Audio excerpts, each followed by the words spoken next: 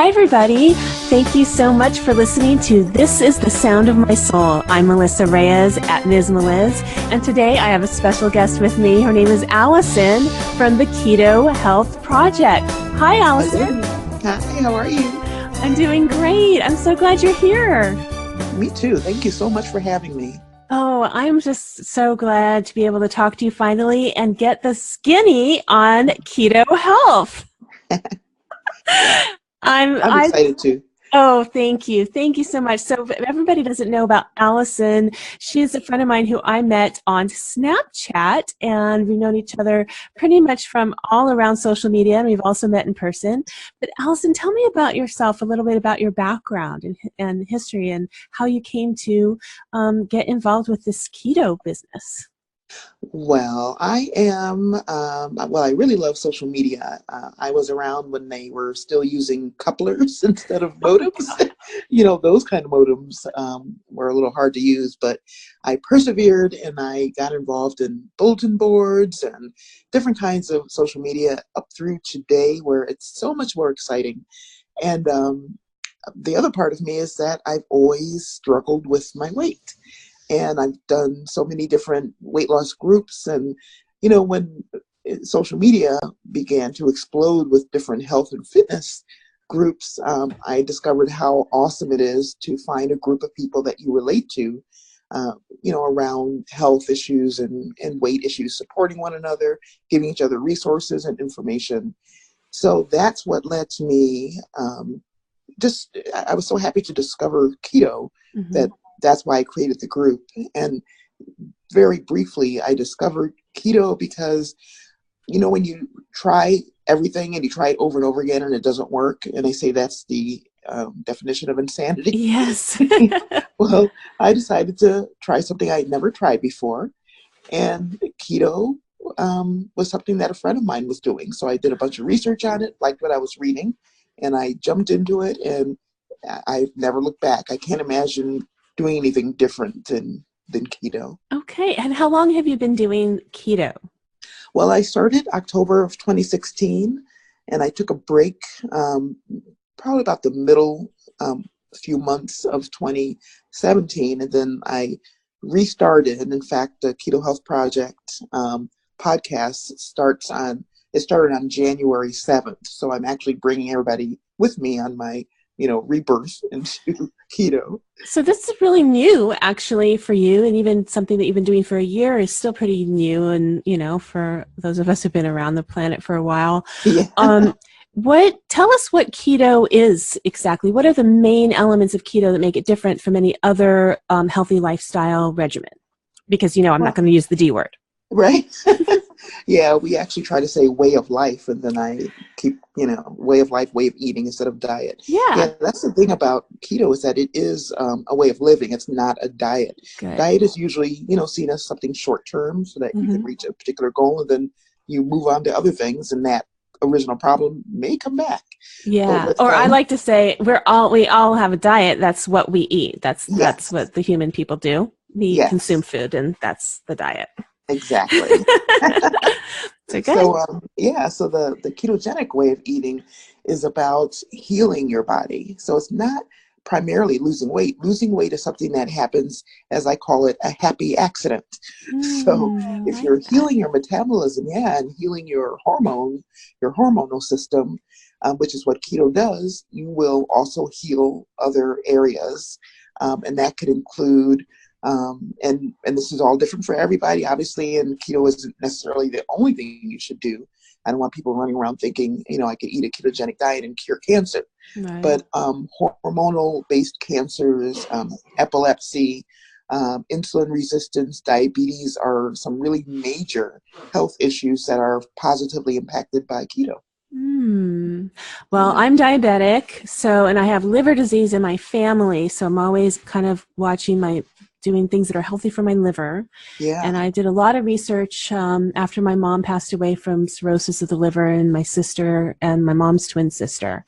Wow. So so it's kind of we thought for a while it was a female genetic disorder in my family, and, just kind of a weak immune system, and primarily, poor genetics. In my Yeah. family, we've also had men who've passed away from liver cancer. So, I try to eat things that are healthy for my liver, that don't tax the liver. I did a lot of Right. research on the Mediterranean diet and healthy cancer diets about 10 years ago, and I've just tried to stay within the practice of eating things that, would be healthy for regenerating cells. And, that's worked for me. As soon as I stray from that, my triglycerides to go up. Oh But yeah. and I've come back from having a fatty liver, and right now I have a really healthy liver. My triglycerides are down, been consistently down for a while, and so but I've never researched keto, so I'd like to know kind of what exactly do you eat and what practices make it different from anything else you've ever tried. Okay. Well, the main thing about a ketogenic way of eating is that your goal is to remain in ketosis. And it's really that simple. People can make it as complicated as they want, but the Okay, I'm going to stop you. What's ketosis? well, our bodies are generally running on glucose. Yes, that So I know. we get that from carbs, simple carbs, complex carbs, whatever it is that you're eating that has carbs in it. Our bodies in our society and in most societies, we are used to eating breads and junk food and pastas and cakes and all that stuff, rice. All those things are high. Anything starchy as well, they're high in carbs. And so Oh, our the bodies are evil sugar. trained, yeah, yeah, sugar. Evil Where our bodies are trained to run on that. But when we're sugar. born, we're actually in a ketogenic state. We haven't been introduced to all this, stuff that we eventually learn to eat. And Mm-hmm. of course, we've been taught that that stuff is healthy, that we should be eating all kinds of grains, we should include bread and that kind of stuff. Mm-hmm. So naturally, our brains are running on carbs. We get hungry every few hours. We're taught by the American Diabetes Association that we're supposed to eat every few hours Mm-hmm. to keep our blood sugar stabilized. And we are given insulin, right? Mm-hmm. And that's part of a approach to treat diabetes that basically we're told is a progressive disease, and that Mm-hmm. we're never going to be free of it. And so we get more and more medications, and those medications have side effects, blah blah blah. So the whole Traditionally, let's purpose. just, can I correct you and say that's traditionally what we've been told? Because that's not what my doctors told me. My doctors told me that I could turn it around, so, and not be diabetic. Well, So that's the maybe, cool thing, yeah. yeah, maybe that's changing now. Well, part of the ketogenic way of eating has been to fight the American Diabetes Association and all these traditional ways of teaching about diet that say that diabetes is, a normal factor of whatever, the Yeah, American diet. And some people are more sensitive and they'll develop diabetes, and that's a progressive disease. And here's some medication. And thankfully, that's been changing, but that's a new thing. That's yeah, a very modern thing to have a doctor who will tell you that it's not progressive yeah, and that you can change it by diet and you can get off all your medications. yeah. And that is something I'm so grateful for, because certainly, people in my life who have had diabetes were never taught that. They never knew that there were options. Right. It was like, oh, that was a threat growing up. My mom's like, you better watch out. You're going to get diabetic. You're going to become diabetic just like Yeah, me. And it's going to happen. And, you yeah, know, ugh. And yeah, then I thought, oh my gosh, I yeah. failed. Exactly. And you feel like it's inevitable. But, Mm, part of the new science is that even though we may be genetically predisposed to certain illnesses, we we nurture that with our environment and the things that we eat. yes. So we can turn those genes on or off. So you might be Yes. predisposed to liver disease, for example, but if you create an environment that doesn't turn on those genes, you may escape it. Yeah, So I it's believe it. yeah, yeah. That's So That's what I'm doing. Sorry to interrupt you. I'm no, so no, it's excited. I'm okay. so right with you on this. So getting back to okay, so I'm understanding ketosis a little bit. What is it that causes, what do you do that's different that makes you stay in ketosis then? What do you eat that's Mhm. different? I'm trying to get down to the crux of it. So you're not consuming the carbs. Carbs, right? Okay. So basically, we start out. We've learned to eat carbs, and so we're carb burning for fuel. Mm-hmm. What we do in keto is we are burning ketones for fuel. And the way that your body develops these ketone bodies or develops ketones is when you get rid of the glucose that our bodies are craving.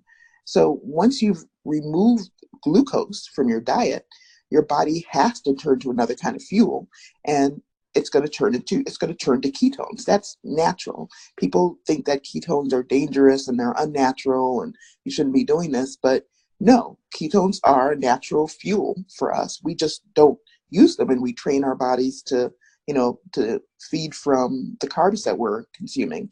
And it doesn't mean that your body doesn't need carbs at all, but there's only like 2 body parts really that need carbs, and our body can produce carbs out of protein. So is it basically just a high protein diet? Not really. It's more high fat than high protein. Protein is really moderated because too much protein isn't good for you either. Too much of anything isn't good for you. But yeah, if you've got like kidney issues, you don't want to eat too many proteins. Right. Like I can't eat a lot of protein because of my liver. I want to try not to have Yeah. my liver have to process all that protein. So I try to not eat too much protein. Not I'm talking red meat, I eat meat. I definitely eat meat, but I don't eat a lot of red meat, particularly beef. But that's just, it's too hard. But I'm been fine with fat. I've always known that fat, it doesn't make me fat. But it's that sugar. It's evil. Yeah. So I do try to have more protein and natural fat, healthy fat. Exactly. Yeah. So I think that I'm naturally inclined towards this way of being. I just didn't know the terminology. I'm interested more in what your practice is. And then I'd like to know what you've learned from your experience in doing this in the past year about yourself. Okay. Well, every day I make sure that ahead of time, because I am a food addict, that's another reason why keto works for me. So every day I track ahead of time what I'm going to be eating and how many carbs, how many grams of carbs are in it, and protein and fat. Mm-hmm. And the thing about eating ketogenically is that because all those carbs are out of my system, it's like a light switch for me, and it just turns off all those cravings. Mm-hmm. So I can actually live my life without being obsessed with food, which is not what I can do when I'm consuming carbs, because I'm going to be hungry every few hours and I'm going to be thinking of all the easily burned carbs I'm going to be eating. So with keto, with a ketogenic way of eating, my breakfast, if I even have breakfast, will usually be coffee with cream. And I use heavy cream because there's hardly any carbs in it, as opposed to half and half in milk. And I might have an egg or two. I can have cheese, but usually it'll just be coffee and cream. And then I'll save my actual 2 meals for lunch and dinner. And I usually have maybe liver with some onions and a side of, say, broccoli or Brussels sprouts. Kind of Are you telling me that when my mom was eating liver and onions when I was a kid, that was like the healthy thing for her to be? It was actually healthy. I know I hated liver when I was growing up. But then again, I hated bacon too. Oh my gosh. Yeah, liver and onions I've had. You can have chicken. Chicken is like pretty much the densest in protein. So you can't really have too much of that if you want to keep your protein low. But like 3 ounces of it is about 27 to 30 grams, which is, enough for 1 meal. But, there's eggs, cheese, there's almonds, the Brussels sprouts and the spinach that I mentioned.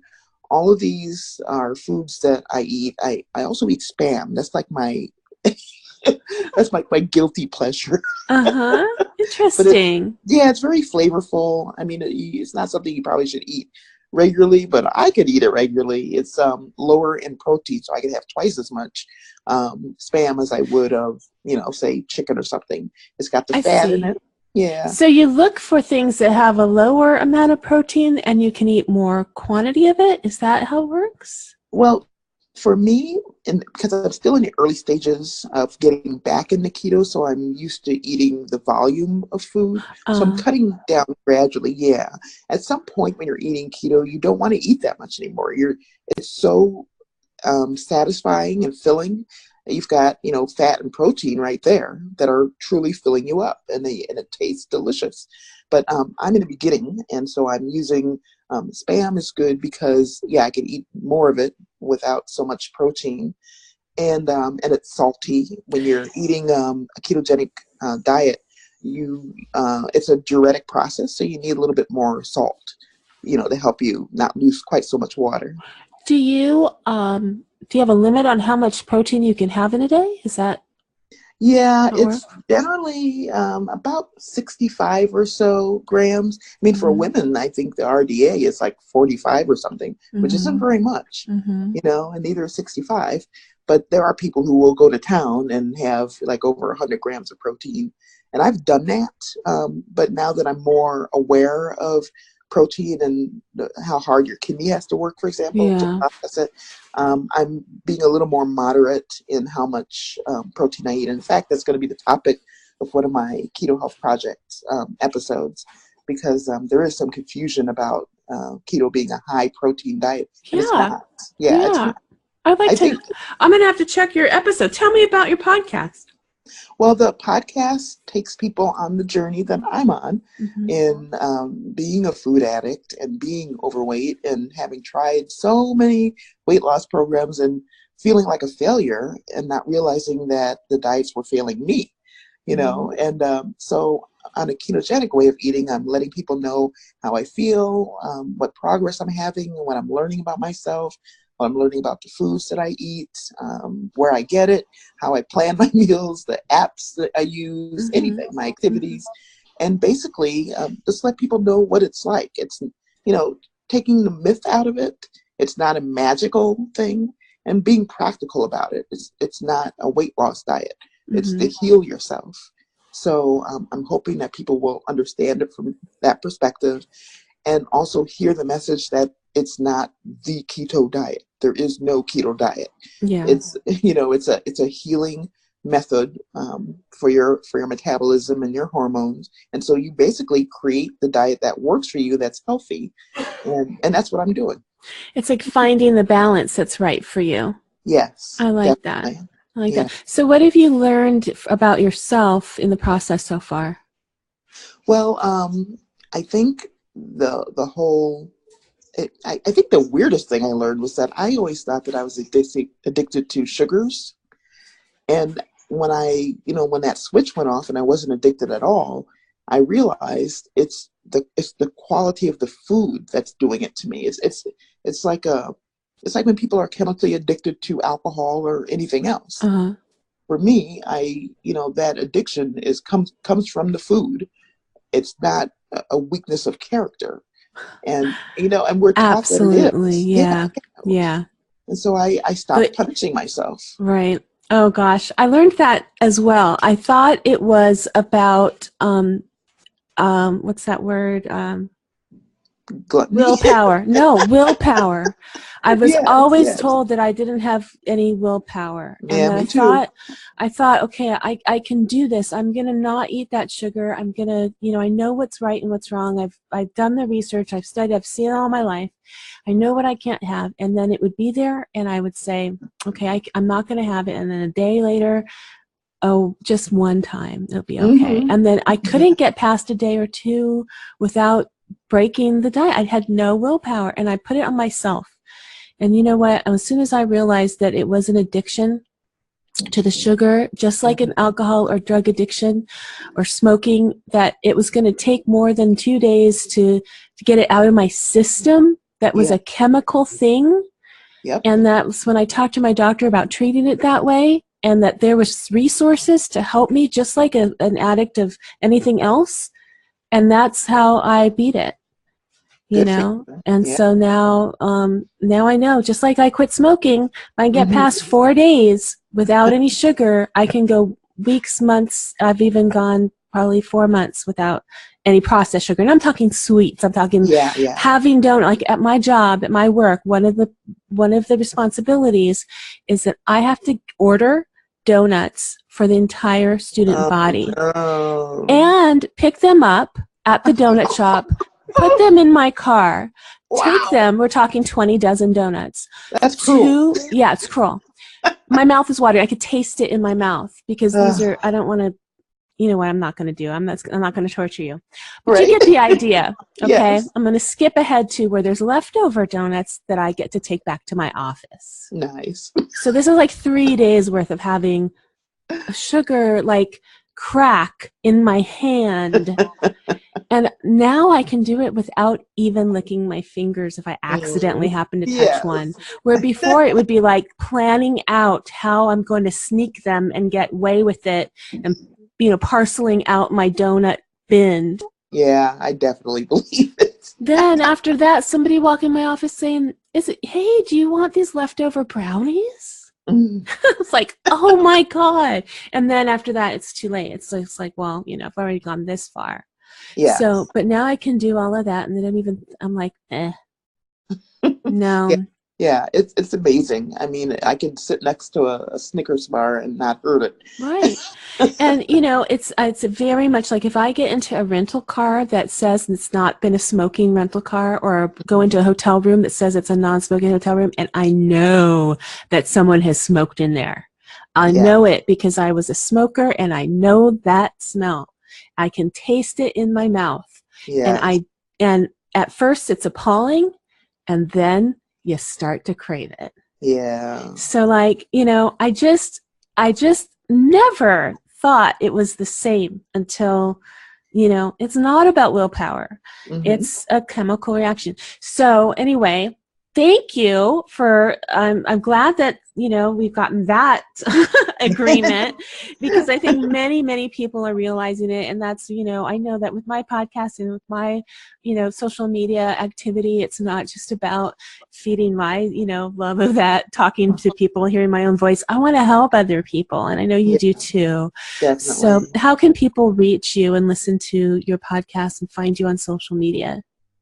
Well, I am on Twitter under the Keto Health Project, and it's PRJCT because of the limit of the letters. Take out the vowels. That's right. And then the same on Instagram. I'm there. And then I'm also on Snapchat. If you're on Snapchat, I am World Harmony, but I have a group called the Keto Health Project. And so you can join the group if you want. It's been a little quieter lately, so we have plenty of room for new people. You are so Snap savvy. That's right. And then I'm on Anchor right here. I have a podcast that comes out, and I do a almost daily update. And then once a week, my friend Yolanda and I do a show where we compare how we've done all week and just talk about keto issues. And you use the Fitbit too, don't you? Well, I was using the Fitbit. Yeah, I do the Fitbit challenge, and I have the Apple Watch. So if anybody has that, we can connect on that. But yeah, I use those because they really help. The pedometer helps me to just stay active and get motivated for that. Oh, my Fitbit is not very happy with me right now. She's jumping up and down, and there's a big 0. I've been sitting here for my hour and not moved. I'm like wave my arm or something a little bit. It doesn't work. She knows I'm not standing up. I love the Fitbit. I got it for Christmas as a gift, which was like a big risk. My poor husband, he was like really like not sure if I like it. I was really disappointed when I opened it, but I love it. I love it. I love the app. I love the interface. I love the all the reminders and the way you can track things. And you know, if you're all in, I highly recommend either the Apple Watch or the Fitbit or some app where you can have that accountability and that, you know, all of the motivation, but all the tracking. You know, I've hated analytics for my blog and for those type of metrics for so long, although we have to rely on them. But it's kind of neat to see as much data that they can give you, and you can track what you're eating so easily. All the restaurants, everything there's so many people using it. It's so easy just to say anything you ate, and all of the information on how much protein and fat and carbs are in it, how many calories are in it, and Yeah. you can track your sleep patterns, what you're drinking, everything. Right. I Yeah. love it. Me too. So let's see. What advice would you give someone who's starting out or interested? What would be the first thing that they should do? Ketogenic Um, way of eating. I would say after you see your doctor, hint, hint. Definitely. I agree with you on that. I Yeah, work make with my sure. doctor on all this stuff. Right. And make sure your doctor knows what you're talking about. I had to educate mine a little bit, but she is on board and she's very much a partner. So if you make your doctor your partner, you can get all the tests and you could actually tell your doctor what tests you want. My doctor lets me dictate the tests and she'll order them. That's And that way I great. can track my triglycerides and lipids and all that stuff. Yeah. My second bit of advice is do your research. Don't just join some popular group, because the next thing you know, people will be trying to sell you stuff and you don't need to buy anything to get into ketosis and stay in ketosis. Yeah, Educate you yourself. don't have to buy people's programs or their, download their, whatevers. Yeah. And research is more than just Googling it. Yeah. Read Yeah. more than one, resource, and Hmm. don't just click on the first thing that comes up, because most likely it's an advertisement. Yeah. Yeah. And So, it's not research. yeah, to me, keto is all about empowering yourself. You're going to do your research, you're going to get information, you're going to be a partner with your doctor, and you're going to eventually have a diet that works for you, that keeps you healthy and keeps you in ketosis. And that's my mantra. All keto is staying in ketosis and doing it helpfully and reaching your goals helpfully. And ketosis, when you say staying in ketosis, that's a certain level of, Yes, I don't understand. yeah, when you're in ketosis, you're the way you know you're in ketosis, if you wanted to measure it like I do, is you would get one of those blood measuring devices. They're sort of Uh-huh. like the ones you used to, like you probably use to measure your blood sugar. Uh-huh. It's just like that. Mine actually measures both blood sugar and keto level. You don't have to do Oh. that, but if you keep yourself at 20 grams of carbs per day, and that's what you did every day, you're going to be in ketosis. I mean, you don't have to worry about it. So if you do that, your body has not enough carbs to eat, so it's going to turn to fat, and that's how you're going to be in ketosis. So So that's what 20 ketosis is. You're carbs. a fat burning machine. So you're consuming 20 grams of 20 carbs grams of carbs or less per day. maximum. Maximum. Exactly. Okay, So no gotcha. more than 20 grams. Yeah. Yeah. And that's going to be whole foods, not crackers, not Atkins bars, not low carb bread. You want to, it doesn't mean you can't eat those things, but you're kind of wasting your nutrients that way. Right. So that's what you want to stick to for the ketosis part of it. 20 grams of carbs or less. I And the think I do carbs, that yeah, you with being the low diabetic. sugar. Yeah, just a Yeah, low sugar diet. definitely. Was what I call, a Yeah. healthy lifestyle. Yes. And and you really have to be aware of that. There's sugar in everything. Yeah. And so I'll no, I really don't drink alcohol anymore. And not that I drank alcohol a lot, it's just I'd rather have my sugar in something else, like a glass of milk now and then or something. I don't know, Yeah, it's just a yeah. lot of I mean, sugar and things like that. yeah, and that's really the thing about making this diet your own, because your diet, and this is oh, our lifestyle, which this is meant to be something you do long term. You're going to adapt to yourself, and you're going to change it as you get healthier. So your diet, 5 years from now, is not going to be the same as it is when you first start the ketogenic way of eating, because you're not going to need it to be that way. Interesting. Yeah. Well, I think that we're going to have to, check back with you in 6 months or so and see how things are going. And Yeah. so where do you think the Keto Health Project will go for you next? What do you see in the future for yourself with this project? I would love to meet people, whether it's, visiting people in their homes, helping them to, learn different recipes, seeing people, their success, interviewing people who are on keto, and just, getting their responses and their enthusiasm. And I must tell you, on Instagram, the Keto group there, if you want to call it a group, the population there are so helpful, so wonderful. Community. Yeah. Yeah. So if you're That's great. interested, just, look at Instagram and do a hashtag on keto, and you'll see a lot of recipes and befores and afters and very happy people. Great tips. Great tips. Yeah. Thank you so much, Allison. I really Thank appreciate you. it. I look Yeah. forward to hearing more about it. I'm going to follow you on Anchor and on Twitter and on Instagram. Thank you so much for being here on This is the Sound of My Soul. Thank you very much for giving me a platform to speak. Have a wonderful day. I'll talk to you soon. All right. Bye-bye. Okay.